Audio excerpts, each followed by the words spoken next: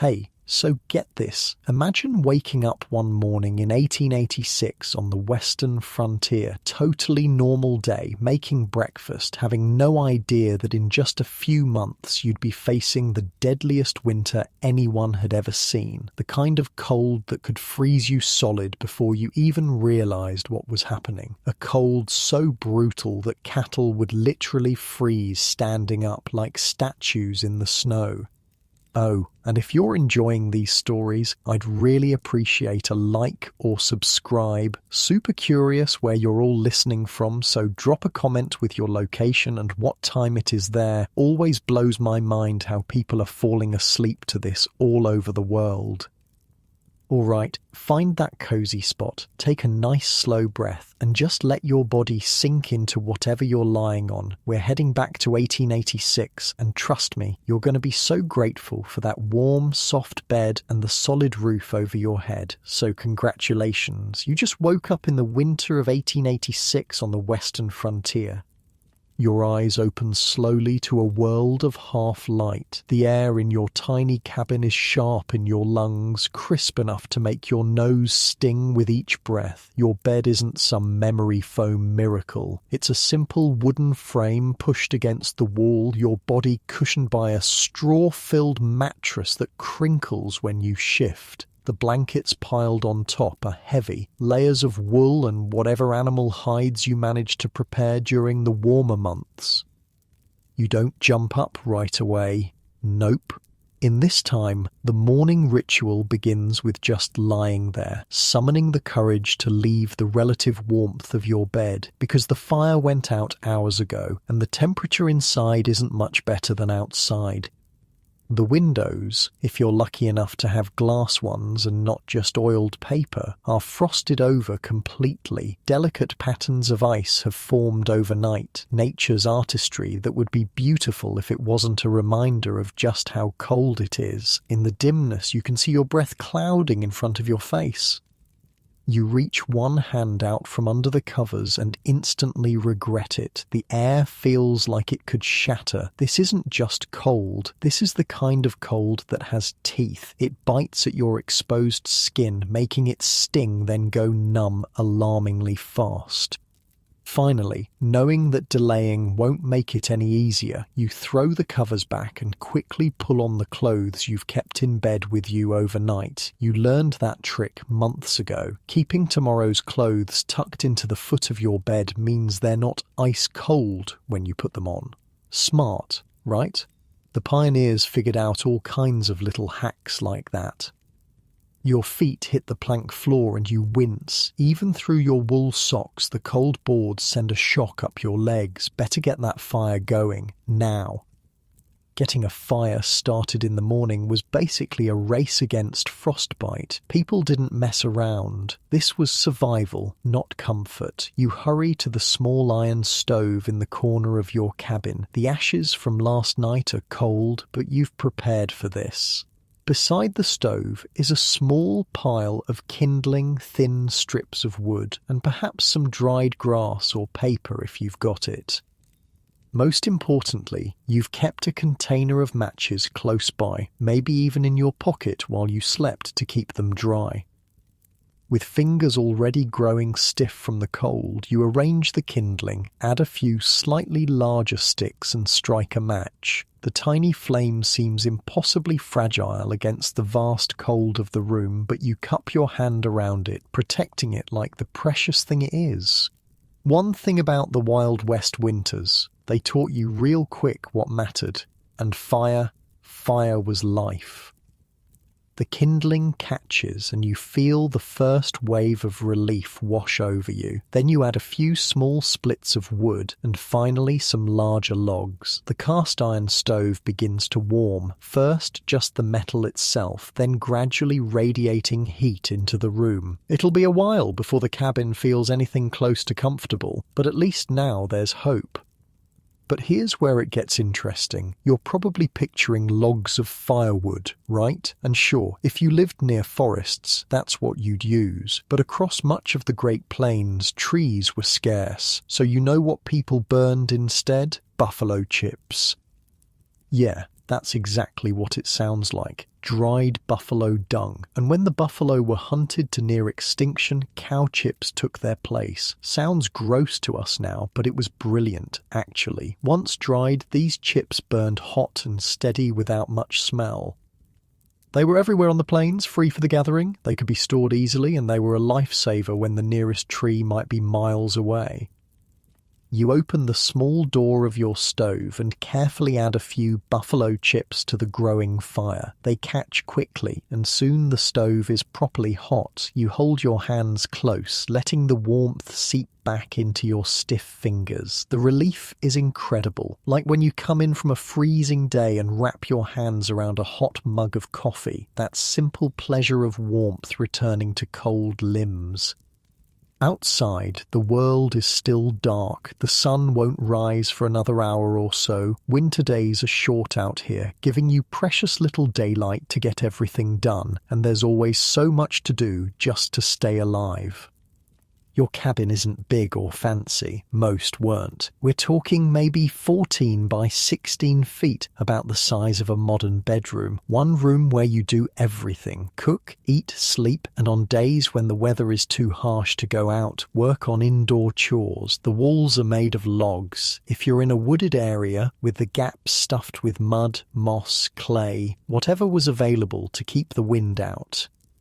Or maybe you live in a sod house, a soddy, out on the treeless plains. Many settlers built their homes from blocks of prairie sod cut from the ground, thick walls of dirt and grass roots stacked like bricks. These houses were actually pretty good insulators, cooler in summer and warmer in winter than a drafty wooden cabin, but they had their own problems. Dirt constantly sifted down from the ceiling. Bugs and even snakes could make themselves at home in your walls. And a heavy rain might just start dissolving your house. You move around the cabin, getting ready for the day. There's a small table, maybe a bench or stool, possibly a trunk where you keep your few extra clothes and personal items. The windows are tiny, glass was expensive and hard to transport, and every window was a place where precious heat could escape. Some cabins didn't have windows at all, just a door and maybe a hole in the roof to let smoke out. Speaking of which, as your fire really gets going, the cabin begins to fill with a thin haze of smoke. No chimney is perfect, especially not the hastily constructed ones in pioneer cabins. You've gotten used to it though. A little smoke is a fair trade for not freezing to death. The stove is now hot enough to cook on, so you set a cast iron pot on top. Inside is water, probably collected from a nearby stream or melted from snow, and some dried beans that have been soaking overnight. You add a small piece of salt pork, if you're lucky enough to have it, and that's breakfast started. It'll take a while to cook, but that's fine. You've got chores to do. You pull on more layers before heading outside. Staying warm wasn't just about having a big coat, it was about strategic layering. You start with long underwear, what they called long johns, made of wool or flannel. These covered you from ankle to wrist, trapping a layer of warm air against your skin. Next comes a heavy shirt, probably flannel or wool again. Wool was the miracle fabric of frontier life. It keeps you warm even when wet, which is crucial when sweat or snow might be soaking through your clothes. Cotton, on the other hand, was deadly in winter. Once wet, it loses all insulating properties and actually draws heat away from your body. The saying went, "Cotton kills." Over the shirt goes a wool vest, giving your core extra protection, then a thick wool coat or jacket. On your legs, heavy wool trousers, often with a layer of leather chaps over them if you'll be riding. Your feet get several pairs of wool socks and sturdy leather boots, waterproofed with beeswax or animal fat. On your hands, mittens work better than gloves for keeping fingers warm. Each finger helps warm the others instead of being isolated. And finally, a hat. Enormous amounts of body heat escape through your head, so settlers never went bareheaded in winter. A wool hat pulled down over your ears was standard. For those who could afford it or make it themselves, fur was even better than wool. Beaver, rabbit, buffalo, these natural insulators kept animals warm through the harshest conditions and could do the same for humans. A fur-lined coat and hat could mean the difference between life and death in a blizzard. And speaking of blizzards, that's what you're worried about today. The sky has that strange, heavy look that old-timers had learned to recognize. A storm is coming. You step outside and the cold hits you like a physical force. It's not just the temperature, though that might be 20 below zero. It's the wind. Out on the plains, there's nothing to break that wind. No hills, no forests, just flat land stretching for miles. The wind gathers speed and strength, cutting through layers of clothing like they're nothing. Your first job of the day is caring for whatever livestock you have, maybe a cow for milk, a few chickens, hopefully a horse or mule. These animals are not just farm equipment or food sources, they're your partners in survival. You depend on each other. The small barn or lean-to where they shelter isn't much warmer than outside, but at least it blocks the wind. The animals have huddled together overnight, using each other's body heat to stay warm. Their breath rises in clouds, and the smell of hay and manure is almost pleasant compared to the sterile emptiness of the winter air. You break the ice that's formed on their water trough, it might be inches thick, and refill it with water you've carried from the well or stream. Then you give them hay or whatever feed you've managed to store up. If you're running low, you might need to give them less than they want. It's a hard calculation. Keep them healthy enough to survive, but make the feed last until spring. As you work, your fingers and toes begin to ache with cold despite your layers. This isn't the mild discomfort of a chilly day. This is the early warning of frostbite. You know not to ignore it. People who didn't respect the cold lost fingers, toes, ears, noses. You've seen it happen to neighbours, seen the blackened flesh that never heals right. So you head back inside to the blessed warmth of your stove. Your breakfast has been simmering all this time, filling the cabin with the rich smell of beans and pork. You eat quickly, standing by the stove. The hot food warms you from the inside out, giving you energy for the hours ahead. Outside, the wind is picking up, driving tiny particles of snow and ice that sting when they hit exposed skin. You need to prepare for what's coming. Winter storms on the frontier weren't just inconvenient, they were lethal. The blizzard of January 1887 was one of the worst. 16 inches of snow fell in as many hours. The temperature dropped to 46 degrees below zero in some places. The wind whipped the snow into drifts that could completely bury a house. People got lost trying to reach their barns from their back doors. Think about that. Just a few yards from safety, but in the blinding white with no landmarks visible, they wandered in circles until the cold took them. They found bodies in the spring, sometimes just feet from their own homes. So, you know not to take chances. You string a rope from your cabin door to the barn, a lifeline to follow when visibility drops to zero. You bring in extra firewood or buffalo chips, piling them by the stove. You check your food supplies, mentally calculating how long you could last if the storm keeps you snowbound for days or even weeks. And then you wait. There's a strange, heavy silence that comes before a big snow, like the world is holding its breath. The birds have gone quiet. They've either fled south long ago or they're hunkered down, conserving energy. Even the wind seems to pause. Then it begins. First, just a few flakes drifting down lazily, but soon the snow is coming fast and thick, driven sideways by the wind that's found its voice again. It howls around the corners of your cabin, finding every tiny crack and gap in the walls. Little drifts of snow form on the inside windowsills. You add more fuel to the fire, building it higher than you normally would. Heat is life now. The temperature outside is dropping rapidly as the storm intensifies. By nightfall, it might be 30 or 40 below zero, cold enough to freeze exposed skin in minutes. Inside, you light a candle or an oil lamp. The flickering light creates a small circle of warmth that feels incredibly precious against the howling darkness outside. You make a simple dinner, more beans, maybe some cornbread if you have the ingredients. Then you prepare for a long night. Sleep won't come easy with the wind screaming around your cabin. It sounds almost alive, angry, looking for a way in. You pile every blanket you own onto your bed. Maybe you heat rocks in the fire, wrap them in cloth and tuck them under the covers to create pockets of warmth. It's an old trick, but an effective one. As you lie there, listening to the storm, you realize something important. Out here, nobody survives alone. The people who make it through are the ones who look out for each other. You think about your nearest neighbours, maybe a mile or two away. Are they prepared? Do they have enough firewood, enough food? When the storm breaks, you'll check on them if you can. That's just what people did. Communities came together, sharing resources, knowledge, and labour.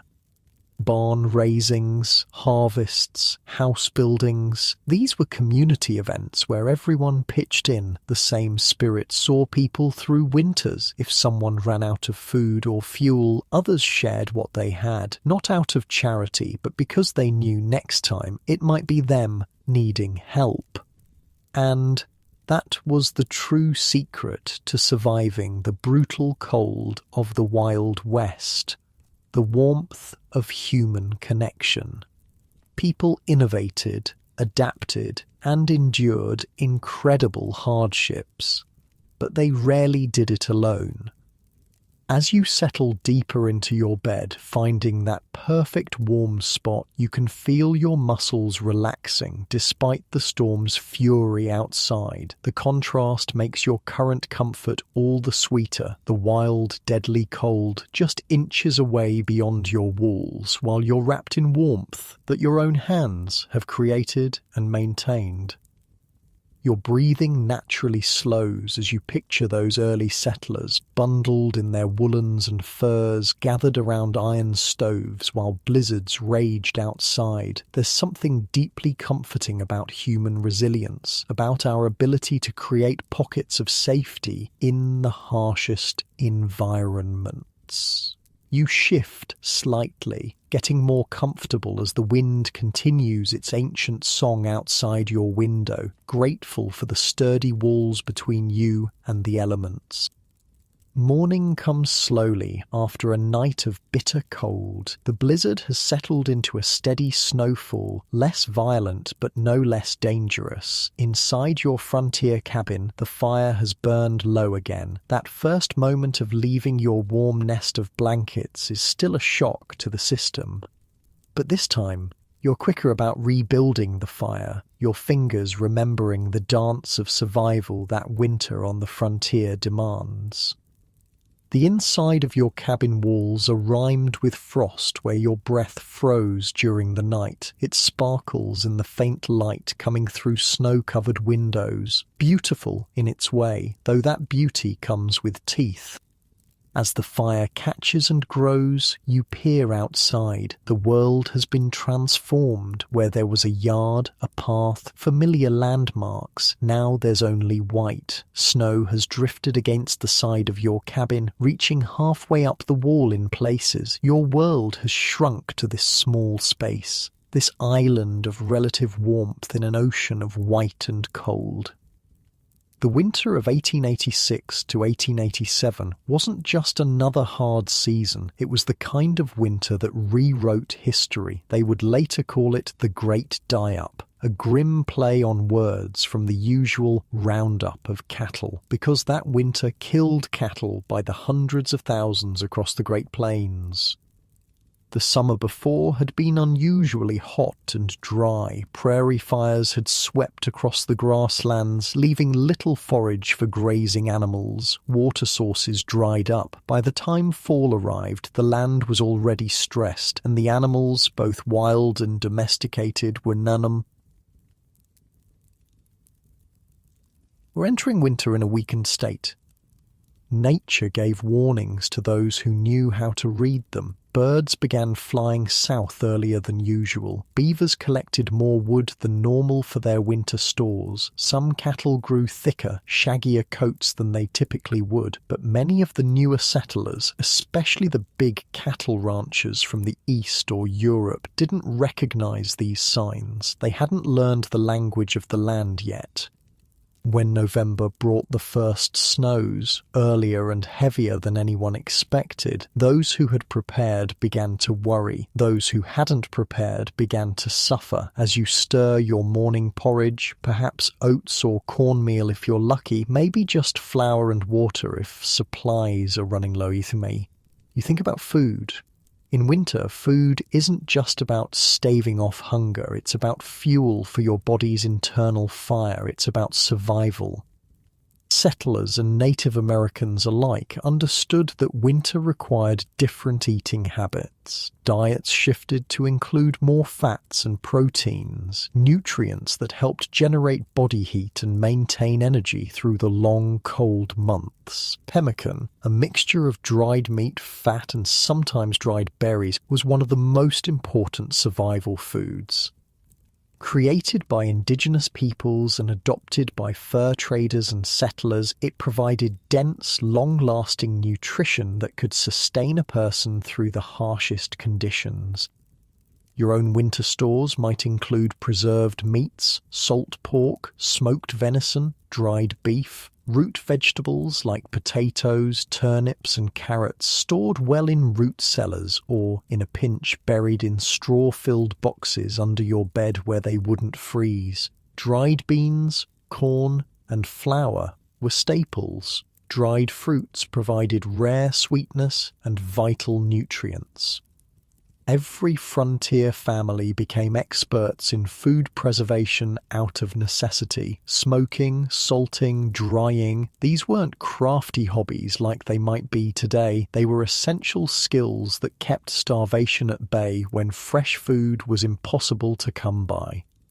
The fire is blazing now, warming the small space of your cabin. You add a chunk of precious coffee to a pot of water if you have it. The bitter drink was worth its weight in gold during winter, not just for the warmth, but for the burst of energy it provided. If coffee is too scarce, you might make tea from pine needles. Not delicious, but rich in vitamin C, and helpful for preventing scurvy when fresh fruits and vegetables are long gone.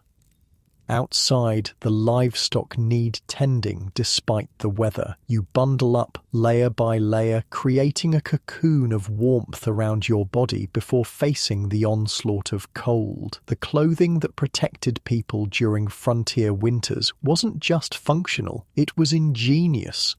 Let's look at it piece by piece, from the inside out.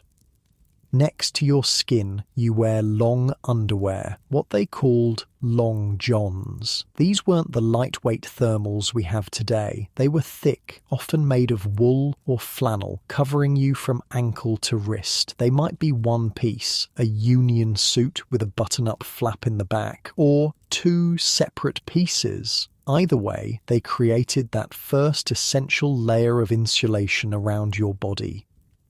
The fabric of your long johns matters enormously. Cotton was actually dangerous in winter. Once wet from sweat or snow, it loses all insulating properties and draws heat away from your body. Wool, on the other hand, maintains most of its insulating ability even when wet.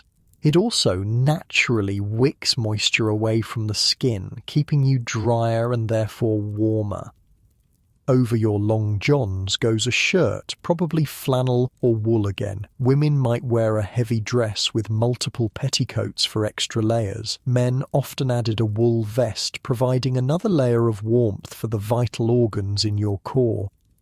Then comes a heavy coat or jacket. Wool was common, but fur was better if you could get it. Buffalo coats were prized for their incredible warmth. Bearskin, beaver, rabbit all made excellent winter wear. A good fur coat could last decades if properly cared for. On your legs, men wore heavy wool trousers, sometimes with an extra layer underneath in the coldest weather. Cowboys often added leather chaps, not the decorative kind you might see in rodeos today, but practical coverings that protected against wind, brush, and cold. The warmest chaps were woolies made from Angora goat hides with the fur still on. These shaggy chaps could help a rider withstand hours in the saddle during freezing conditions. Your feet get special attention because frostbite often attacked extremities first. Multiple pairs of wool socks, then sturdy leather boots waterproofed with beeswax or animal fat. Some people used foot wraps instead of or in addition to socks, pieces of cloth strategically wrapped around the feet for insulation. Hands were protected by mittens rather than gloves when possible, since keeping your fingers together allowed them to share warmth. The best mittens had fur on the outside and wool on the inside, with long gauntlets that extended up the forearm to prevent snow from getting in at the wrist. And finally, the hat. Enormous amounts of body heat escape through your head, so no one went bareheaded in winter. Fur hats with ear flaps were ideal. Some people added a wool scarf wrapped around the lower face and neck, creating a sort of primitive balaclava. Fully dressed for winter, a frontier settler looked a bit like a walking bundle of furs and wool. It wasn't pretty or convenient. Layers made movement awkward, and fine manual tasks became difficult with mittened hands, but it kept you alive.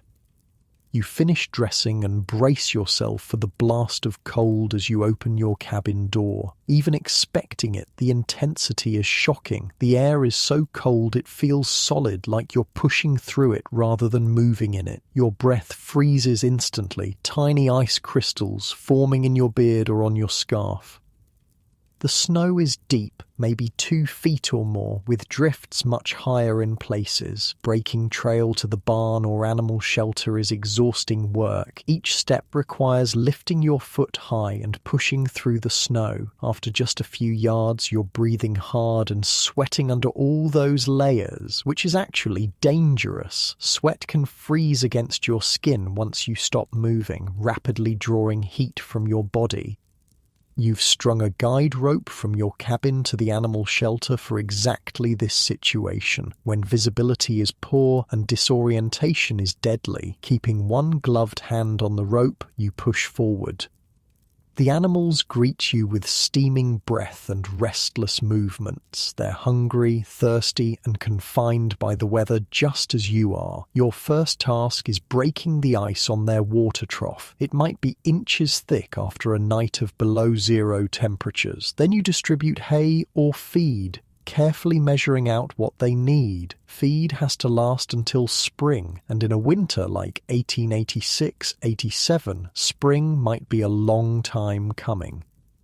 For the big cattle ranchers of the plains, this winter was catastrophic. Prior to 1886, the cattle industry operated mainly on the open range. Huge herds roamed freely across unfenced grasslands, fattening themselves on the abundant native grasses. Ranchers simply turned their cattle loose, rounded them up for branding in the spring, and gathered what they could for market in the fall. This system worked well when winters were mild and grass was plentiful, but it created the perfect conditions for disaster when the weather turned brutal. Those free-ranging cattle had no shelter from the blizzards, no supplemental feed when snow covered the grass, and nowhere to go when the temperatures plummeted. The winter of 1886-87 changed ranching forever. Cattle died by the thousands, frozen in place where they stood, stacked against fence lines where they had tried to escape the wind, or simply starved when they couldn't reach food under the deep snow. By spring, carcasses littered the plains. The stench as they thawed was unimaginable. Rivers were clogged with dead animals washed downstream by the spring melt. Ranchers who had been worth fortunes in the fall found themselves bankrupt by spring. Theodore Roosevelt, who owned a ranch in the Dakota Territory, lost over half his herd and described his losses as crippling. The era of the open range was over. After this winter, ranchers who stayed in business kept smaller herds, grew their own hay for winter feed, and built fenced pastures and shelters. The romantic image of vast herds roaming free across endless plains was replaced by the more practical reality of managed grazing and winter preparation. You finish tending the animals and make your way back to the cabin, again following the lifeline of your guide rope. The physical labor has warmed you, but also tired you. Winter is exhausting. Every task takes more energy, more planning, more care. Back inside, you shed your outer layers, hanging them near, but not too near, the stove to dry. Any moisture from snow or sweat needs to evaporate before you wear them again. The middle of winter days pass in a cycle of necessary tasks, keeping the fire going, melting snow for water if your well or stream is frozen or inaccessible, perhaps doing indoor repairs or crafts, mending harnesses, making candles, knitting warm socks, preparing food, checking on animals, and always watching the sky, the wind, the subtle signs that tell you what the weather might do next. Winter changed daily routines dramatically. People scheduled essential outdoor chores for the warmest part of the day, usually between 10 a.m. and 2 p.m. Heavy labor was minimized to conserve energy when food might be limited. Travel was curtailed except in emergencies. But winter also created a different kind of community. Isolated in their cabins or farms, settlers couldn't physically gather as often, but they became more interdependent. If someone ran low on food or fuel, neighbors shared what they had. After storms, people checked on one another, sometimes digging through snowdrifts to reach buried cabins. For many Native American tribes, winter was traditionally a time of community gathering, storytelling, and passing down cultural knowledge. Extended families would camp together, sharing resources and protection. The Winter Count, a pictorial history of the tribe recorded on buffalo hide, would be brought out and new events added, connecting each generation to those that came before. Winter also required mental adaptations. The short days, long nights, and social isolation could lead to what settlers called cabin fever, restlessness, irritability, and sometimes more serious depression or even psychosis. Those who thrived developed strategies to keep their minds engaged: reading, crafts, music, games, and storytelling.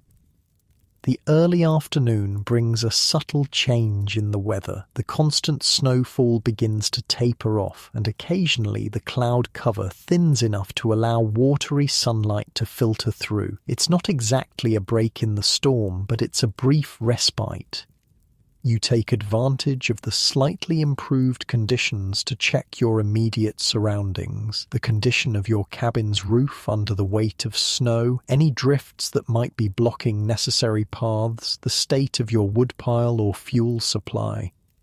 The world outside is transformed and strangely beautiful. The snow has rounded every sharp edge, buried every familiar landmark. It sparkles in the filtered sunlight like millions of tiny diamonds. The air, when not being driven by wind, has an extraordinary clarity and stillness that seems almost supernatural to modern sensibilities. There's a profound silence, broken only by the occasional creak of snow-laden branches or the distant call of a hardy winter bird. It's beautiful, yes, but beauty in winter could be deadly if it lured you into complacency. Many settlers described the hypnotic effect of certain winter conditions, the peace and beauty that made them want to rest, just for a moment, in the snow. But giving in to that urge often meant never getting up again. The cold would dull your senses, slowing your heart and breathing until you simply drifted from sleep to death.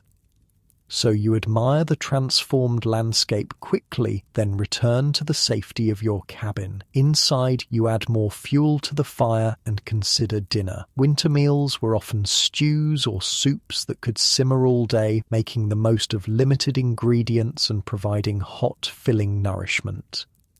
Perhaps you're making a bean soup with a small piece of salt pork for flavour, or a stew of preserved meat and root vegetables. Bread or biscuits would be baked near the fire. If you have lard or tallow, rendered animal fat, that would be spread on the bread, calorie-dense fuel for your body's internal furnace. The short winter day is already fading toward dusk. You light a candle or an oil lamp, its small flame creating a circle of golden light that feels incredibly precious against the gathering darkness outside. Artificial light was scarce and valuable on the frontier. Candles were often homemade from tallow or beeswax. Oil for lamps might be whale oil, kerosene, or rendered animal fat. These lights were used sparingly, only when necessary for tasks that couldn't be done by firelight. As evening deepens into night, you bank the fire in your stove, arranging the coals and partially burned wood, then covering them with ashes so they'll smoulder slowly all night without needing to be constantly tended. It's a skill that takes practice to perfect, but it means the difference between waking to a cabin that's merely cool and one that's freezing with a completely dead fire. You prepare for bed with the same careful attention to warmth. Maybe you heat rocks in the fire, then wrap them in cloth to place under your blankets. Some settlers filled jugs with hot water for the same purpose. The bed would be arranged strategically, multiple blankets, layered so that the weight was evenly distributed, perhaps with the softest ones against your skin and the heaviest or roughest on top. As you settle in for the night, your thoughts might turn to spring. It seems impossibly distant in this frozen world, but you know it will come eventually. The snow will melt, the grass will green, life will return to the dormant landscape. That hope, that certainty of eventual change, helped generations of settlers endure winters that tested the limits of human resilience. They survived not just through physical preparation and adaptation, but through the mental fortitude that allowed them to see beyond the immediate hardship to the renewal that would follow. You pull the blankets up to your chin, feeling the pleasant weight of them pressing you gently into the mattress. The cabin is quiet, except for the occasional pop or shift of the fire in the stove. Outside, the wind has picked up again, but its howl seems distant and unimportant now that you're wrapped in layers of warmth. Your body feels heavy with the honest fatigue of a day spent in the business of survival. Each muscle gradually releases its tension as you breathe slowly and deeply. There's a profound satisfaction in having met the challenges of another winter day, having kept the fire burning, the animals fed, your small space of safety intact against the vastness of cold outside. As your breathing slows naturally, you gaze at the faint orange glow of the banked fire visible through the cracks in the stove door. That small light is a beacon of human ingenuity and perseverance, the ability to create warmth and safety even in the most hostile environments. You shift slightly, finding that perfect, comfortable position, feeling your shoulders drop and your jaw relax as the quiet darkness of a frontier night settles around you like a familiar friend. The blizzard settles into a rhythm over the next few days, sometimes raging with renewed fury, sometimes easing enough to allow brief ventures outside. Inside your frontier cabin, you've settled into a rhythm too. The harsh realities of winter have imposed a kind of simplicity on daily life that has its own strange comfort. Morning comes with the now familiar routine, the shock of cold air as you leave your warm bed, the careful rebuilding of the fire, the layers of clothing, the trek to care for animals, the constant never-ending vigilance against the cold that waits just outside your walls, patient and hungry. But today, something is different. As you step outside, you notice the wind has died down completely. The air is still brutally cold. Your breath freezes instantly in your beard or on your scarf, but the absence of wind makes it feel almost peaceful. The snow-covered landscape stretches away in gentle swells and dips, blindingly white under a sky that has finally cleared to a pale, distant blue. In this moment of relative calm, you decide to check on your nearest neighbours. In the isolated homesteads of the frontier, neighbours might be miles apart, but the bonds between them were often stronger than in more populated places. Winter survival depended on community as much as individual preparation.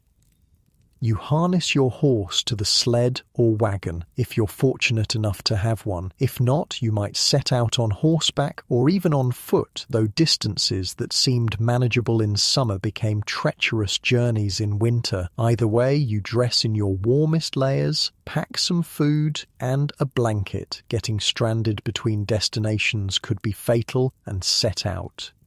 Breaking trail through deep snow is exhausting work, even with a horse. The animal plunges forward, snow sometimes reaching its chest, while the sled or wagon behind cuts a path that might be used for days or weeks to come. You keep your eyes fixed on landmarks. A distinctive tree, a rise in the land, the smoke from a distant chimney. Getting lost in this white vastness would mean death.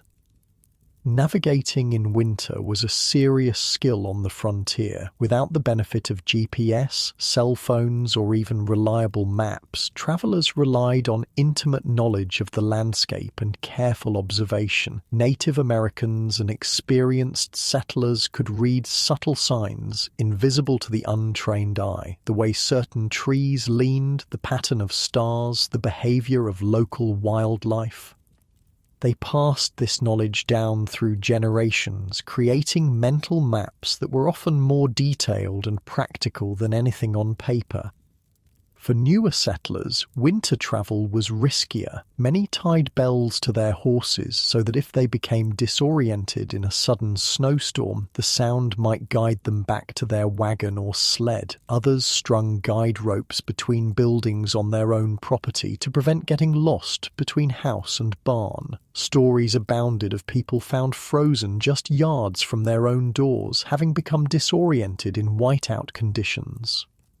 After what feels like hours of careful progress, you spot your neighbour's cabin, a small dark shape against the overwhelming white. Smoke rises from the chimney in a straight column, a good sign that someone is alive and well inside.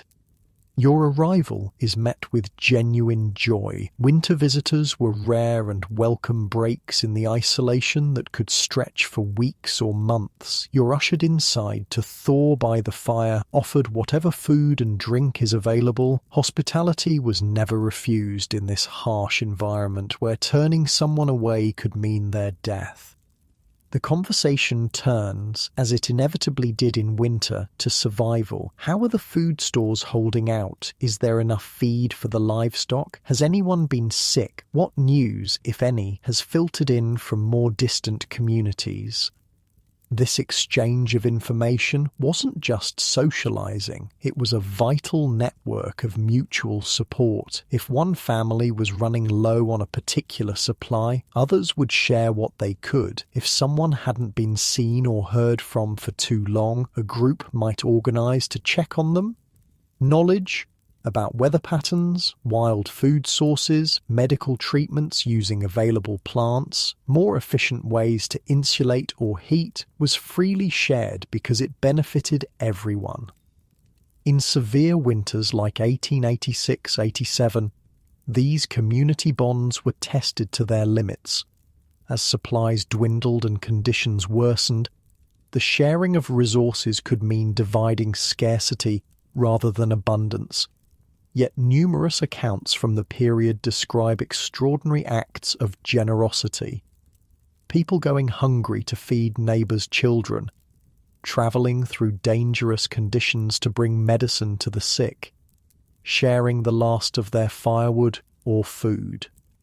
After exchanging news and sharing a simple meal, you prepare to head back to your own cabin before daylight fades. Winter days are short, perhaps only 8 or 9 hours of true daylight in the northern plains, and being caught out after dark multiplies the dangers. Your neighbours might send you home with something: eggs if their chickens are still laying, a loaf of bread, some preserved fruit, not because they have plenty to spare, but because that's how communities functioned. The gifts would be reciprocated when possible, creating a web of mutual obligation that helped everyone survive. The journey back follows the trail you broke earlier, making it less physically demanding but still requiring constant vigilance. The temperature drops rapidly as the sun begins to sink toward the horizon. Cold that was merely painful during the day becomes dangerous now. You keep your eyes on your own cabin, watching the thin wisp of smoke from your carefully banked morning fire. It seems impossibly distant, though it can't be more than a mile or two. Distance itself seems different in winter, stretched and distorted by the effort required to traverse it and the consequences of miscalculation. The sky is changing colour as you finally reach home, pale blue deepening to indigo, with the western horizon painted in brief, spectacular streaks of orange and pink. Winter sunsets on the plains could be breathtaking, the pure cold air creating colours more vivid than summer's hazy warmth. But you don't linger to admire it. Beauty is secondary to warmth and safety now. Inside your cabin, the fire has burned low but not out. You feed it carefully, coaxing the embers back to flames with kindling and then larger pieces of wood or buffalo chips. The simple act of building a fire, something humans have done for tens of thousands of years, takes on almost sacred significance in winter. It's not just comfort, it's life itself. As feeling returns to your cold-numbed fingers and toes, a painful process of prickling and burning that old-timers called the screaming memes, you reflect on the different ways various people survived winter on the frontier. Native American tribes had centuries of accumulated knowledge about winter survival, adapted specifically to their local environments. The Plains tribes like the Lakota, Cheyenne, and Blackfeet used teepees that were remarkably well suited to harsh winters. Though made of buffalo hide, rather than the solid walls we might associate with winter protection, a properly constructed teepee was surprisingly warm. The conical shape and central fire created excellent ventilation, drawing smoke up and out while minimizing heat loss. The outer cover could be raised or lowered depending on conditions, and an inner lining created an insulating airspace while also preventing drafts. In the coldest weather, the bottom edge would be banked with snow for additional insulation.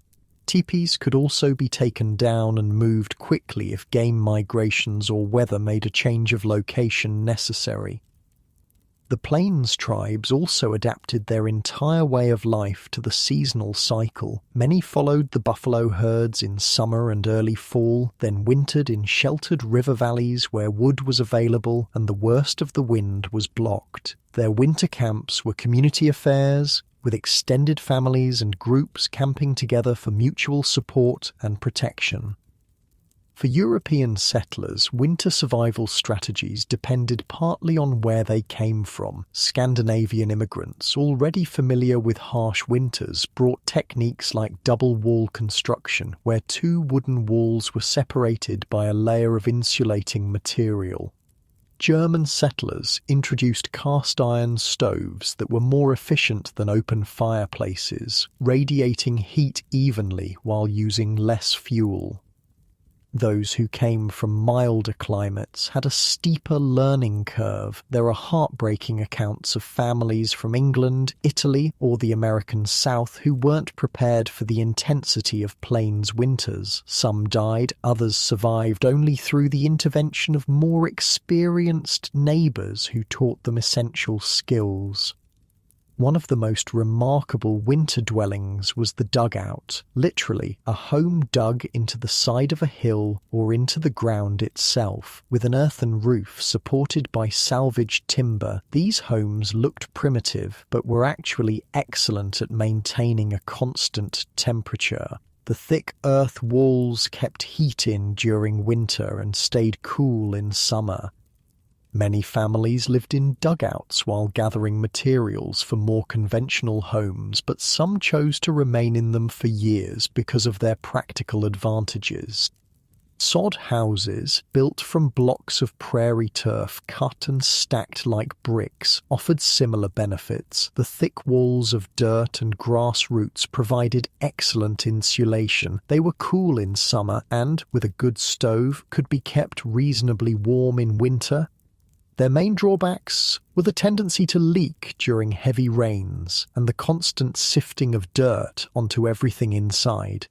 Still, in areas where timber was scarce or expensive, a soddy was often the most practical option. Night has fully fallen now. Your cabin is dark except for the firelight and perhaps a single candle or lamp. You prepare a simple dinner, maybe the last of a stew that's been simmering all day, stretching a small amount of meat with more plentiful beans, turnips or potatoes. Food preservation was a critical skill for winter survival. Without refrigeration, keeping food edible through months when nothing fresh could be grown required multiple strategies. Smoking meat was one of the most effective methods. A properly smoked ham, bacon, or beef could last for months without spoiling. The smoking process involved first curing the meat with salt to draw out moisture, then hanging it in a smokehouse where it absorbed preservative compounds from slowly burning hardwood. The result was not only preserved, but often delicious. Salting was another common preservation method, especially for meat and fish. The meat would be packed in salt or soaked in a strong brine solution. The salt drew out moisture and created an environment hostile to bacteria. Properly salted meat could last an entire winter, though it required thorough soaking before cooking to make it palatable. Root vegetables like potatoes, carrots, turnips and onions could be stored in root cellars, underground rooms or pits where the earth's stable temperature kept them from freezing or spoiling. A well-constructed root cellar maintained temperatures just above freezing even when outside temperatures plunged far below zero.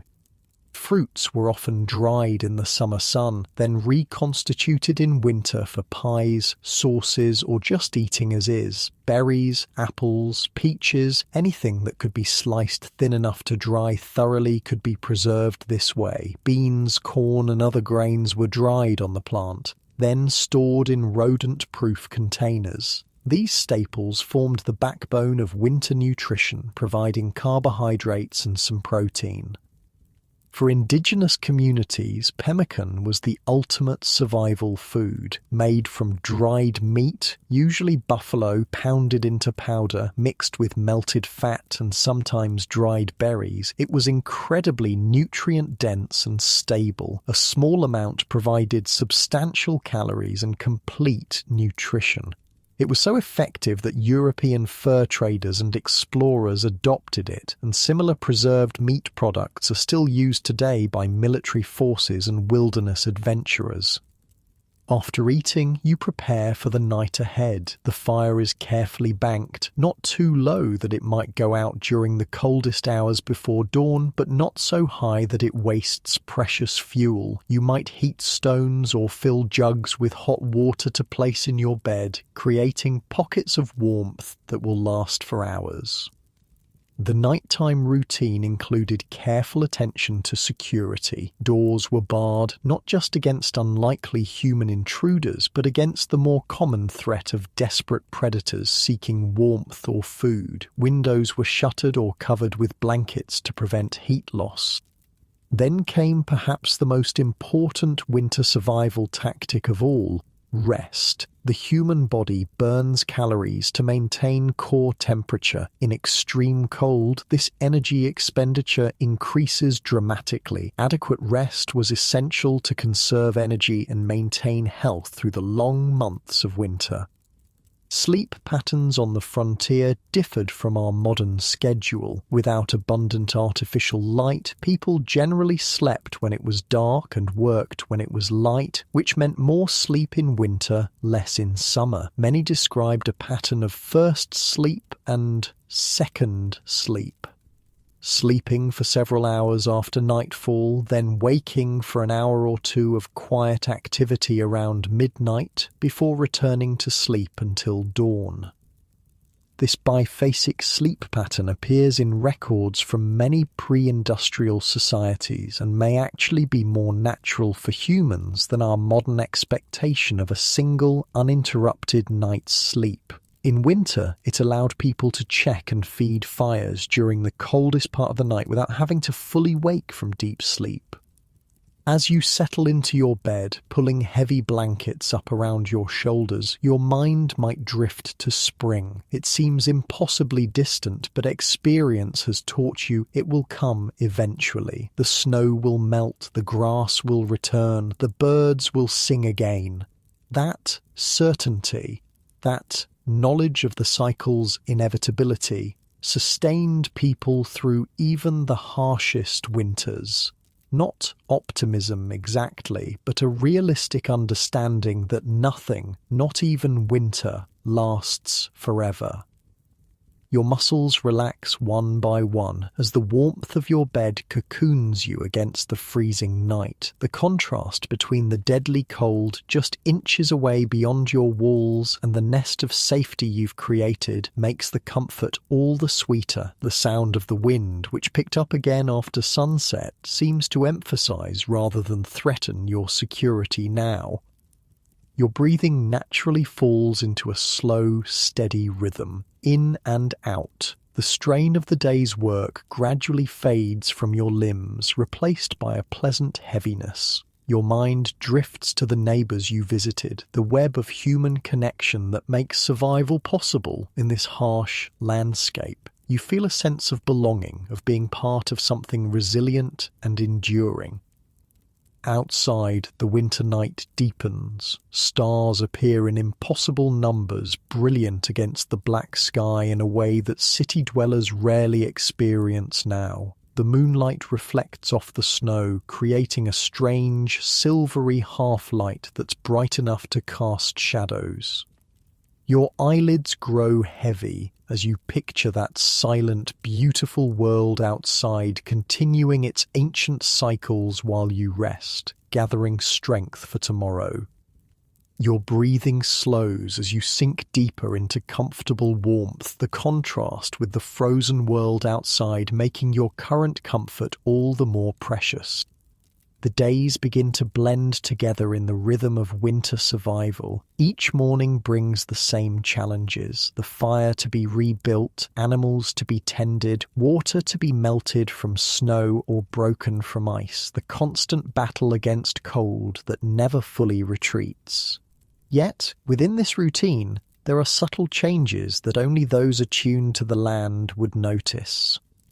The sun rises slightly earlier each day, sets a few minutes later. The quality of light shifts, becoming a touch stronger, less watery. These almost imperceptible changes are promises written in the sky. Spring will come, though winter still holds the land firmly in its grip. In your frontier cabin, you've developed a system for getting through these long days and nights. Every task is organized around conserving heat and energy while maintaining the essentials of life. The fire in your stove or fireplace is the heart of this system, never allowed to go out completely, carefully managed to provide maximum warmth with minimum fuel. Near the stove, you've created a space for drying. Mittens, socks, boots placed where they can lose moisture without scorching. Damp clothing in winter wasn't just uncomfortable, it could be deadly, drawing precious heat from the body. Far from the stove, in the coldest corners of your cabin, you store foods that need to stay frozen. Meat, perhaps, or containers of milk that freeze into a sort of primitive ice cream.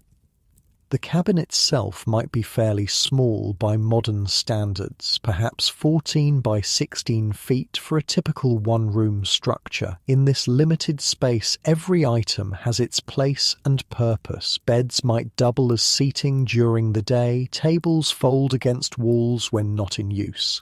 Shelves and hooks maximize vertical storage.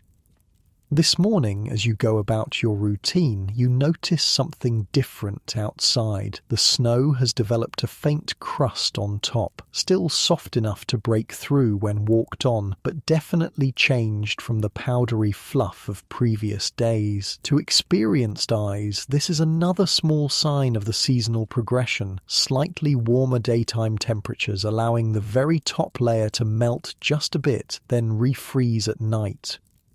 Weather reading was an essential skill for frontier survival, especially in winter when conditions could turn deadly within hours. Before modern forecasting, people relied on careful observation of natural indicators combined with generational knowledge passed down through families and communities. Cloud formations, wind direction, animal behavior, even the way smoke rose from chimneys, all provided clues about coming weather. Many of these observations were codified in sayings or rhymes that made them easier to remember and pass along. Red sky at night, sailors delight. Red sky in morning, sailors take warning. Or, when clouds appear like towers, the earth is refreshed by frequent showers. The ability to predict weather wasn't just convenient, it was sometimes the difference between life and death, knowing when to hurry home ahead of a blizzard, when to harvest before a killing frost, or when conditions were right for travel could determine survival in this unforgiving environment. Indigenous peoples had developed sophisticated weather prediction systems specific to their regions over thousands of years. Many tribes had designated weather watchers, individuals with special training and aptitude for reading natural signs. Their forecasts guided decisions about hunting, gathering, traveling, and preparing shelter. European settlers brought their own weather wisdom, often specific to their countries of origin. This knowledge sometimes had to be adapted or discarded when it proved unreliable in the different climate of North America. Through trial and error, sometimes fatal error, new weather law emerged that combined indigenous knowledge, immigrant traditions, and hard-won frontier experience. You step outside to begin your daily chores, bundled against the cold but moving purposefully to generate body heat without sweating. The animals need tending first. They depend entirely on human care to survive winter in their domesticated state. The livestock, perhaps a milk cow, a few chickens, maybe a pig being fattened for spring slaughter, have their own ways of adapting to cold. Animals naturally grow thicker coats as winter approaches. They huddle together for shared warmth and shelter from wind when possible. But domesticated animals required human intervention to survive extreme cold. Barns and other shelters needed to be as carefully prepared for winter as human dwellings. Cracks were sealed against drafts. Hay was stacked to create additional insulation along walls. Water troughs were placed indoors if possible to prevent constant freezing. The winter of 1886-87 was particularly devastating for livestock, especially cattle on the open range. The combination of drought the previous summer, early heavy snows and record-breaking cold created conditions that even the hardiest animals couldn't survive without help. Ranchers who lost thousands of cattle during this catastrophic winter changed their practices dramatically afterward. The era of vast, unfenced, unmanaged herds on the open range effectively ended. Those who stayed in the cattle business adopted new approaches. Smaller herds, fenced pastures, hay production for winter feed, and sturdier shelters. This shift transformed not just ranching, but the entire culture and economy of the West. The romantic image of the cowboy, constantly on the move with semi-wild cattle, gave way to more settled, farm-like operations. The last great cattle drives occurred in the early 1890s. By 1900, railroads had expanded enough to make drives unnecessary, and fenced land made them impossible in many areas. As you finish caring for your animals, you glance at the sky, reading the signs for today's weather. The clear, brittle blue suggests continued cold, but there's a high, thin layer of clouds moving in from the west that might bring changes later. For now, it's safe enough to tackle an outdoor project you've been putting off, perhaps repairing a damaged fence, cutting more firewood, or clearing snow from a pathway. Winter work on the frontier required careful planning. The most strenuous tasks were best done during the warmest part of the day, usually between 10 a.m. and 2 p.m. Work was paced to avoid excessive sweating, which could freeze against the skin once activity stopped. And everything took longer than in milder seasons. Layers of clothing restricted movement, snow created obstacles, and cold stiffened fingers struggled with fine tasks. Yet winter also brought its own unique opportunities. Some jobs were actually easier in the cold months. Logging, for example, was primarily a winter activity. Frozen ground made it easier to drag heavy logs out of the forest, and snow provided a slick surface for sleds heavily laden with timber.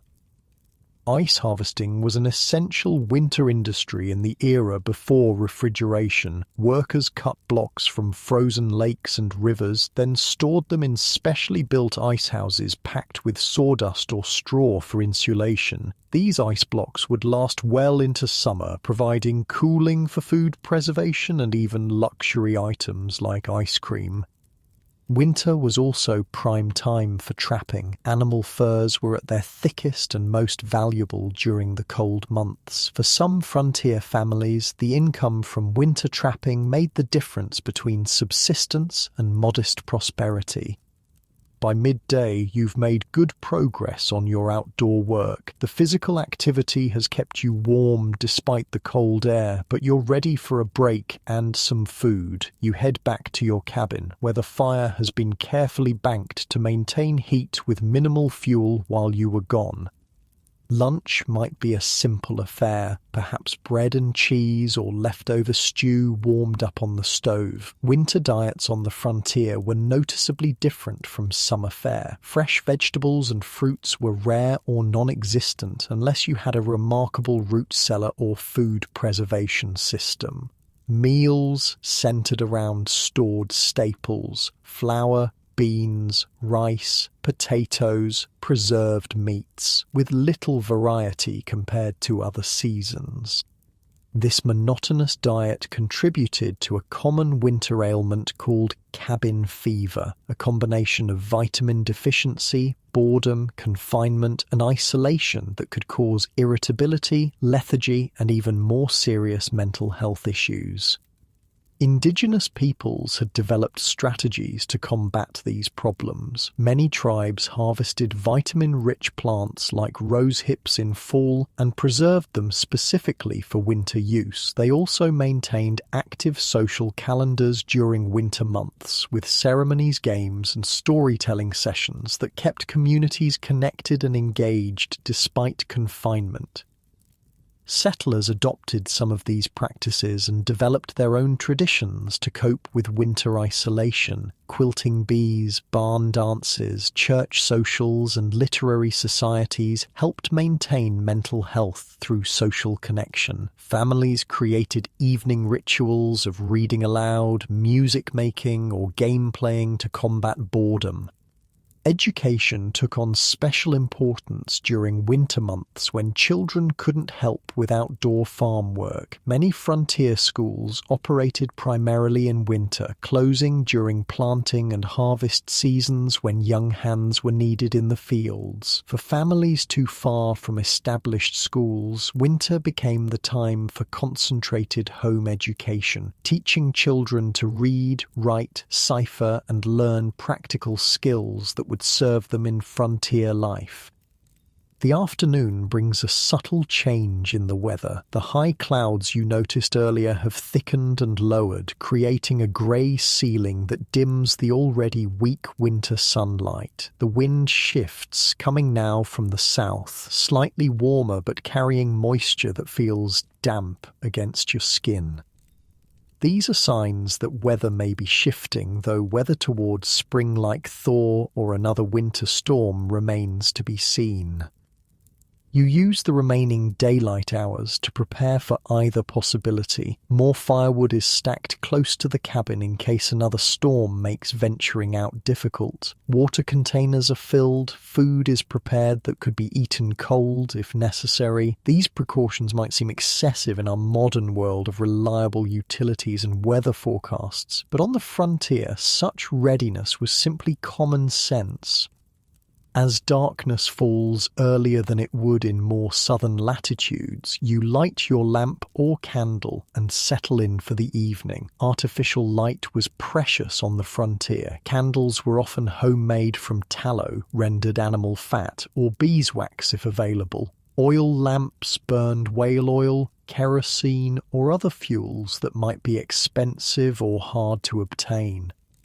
As a result, many frontier families simply adapted their schedules to natural light, rising with the sun, sleeping when darkness fell, and using precious artificial light only when absolutely necessary. This early nightfall created long evening hours, especially in winter. How these hours were filled depended on the family's resources, education, and traditions. Reading was common among literate families who had books or newspapers, though the latter might be weeks or months old by the time they reached remote homesteads. Handcrafts flourished during these evening hours. Whittling, carving, sewing, knitting, quilting, weaving. These weren't just hobbies. They produced essential items for family use or for barter with neighbours. A skilled craftsperson might make furniture, tools, clothing, or decorative items during the enforced indoor time of winter. Music was another common evening pastime. Even humble frontier homes might have a fiddle, harmonica, or penny whistle. Singing required no instruments at all and could be enjoyed by anyone. Folk songs, hymns, and ballads were passed down through generations, preserving cultural heritage and providing entertainment long before recorded music existed. Storytelling reached its height during winter evenings. Families shared tales of their ancestry, recounted historical events, or simply made up stories to entertain one another. These oral traditions served multiple purposes: entertainment, education, cultural transmission, and strengthening of family bonds.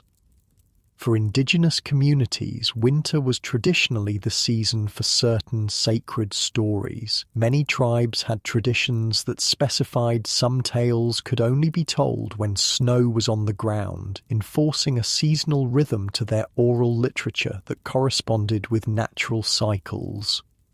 Your own evening might include any of these activities, depending on your background and resources. Perhaps you read by lamplight for an hour, mend clothing that's shown wear during daily chores, or simply sit by the fire, planning the next day's tasks or remembering winters past. The sounds of a winter night on the frontier were distinctive. The crackle of the fire, the occasional settling of logs in the cabin walls as they contracted in the cold, the distant howl of a wolf or coyote, the wind's constant conversation with every obstacle in its path.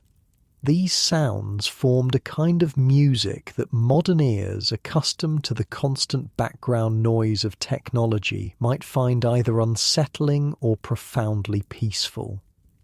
As bedtime approaches, you bank the fire for the night, carefully arranging the coals and partially burned wood, then covering them with ashes so they'll smoulder slowly until morning. This technique, mastered through practice and sometimes learned through bitter experience, meant the difference between waking to a cabin that was merely cool and one that was freezing with a completely dead fire. The bed calls to you now, a simple wooden frame with a straw-filled mattress that's nothing like our modern pillow tops but feels welcoming after a day of physical work. Blankets have been warming near the fire and are now arranged in careful layers, perhaps wool on the bottom where it touches your skin, then heavier hides or quilts on top. You might place heated rocks wrapped in cloth at the foot of the bed, or fill jugs with hot water for the same purpose. These would radiate warmth for hours, taking the deadly chill off the bedding and helping you fall asleep comfortably instead of shivering for the first hour. Sleep came differently on the frontier, without electric lights, television, or the internet to disrupt natural circadian rhythms. People generally fell asleep more quickly after dark and woke more naturally with dawn. Winter brought longer sleep periods that balanced the shorter, more active days of summer. This natural rhythm, following the seasons rather than fighting them, may have contributed to overall health despite the physical hardships of frontier life. Dreams in winter might be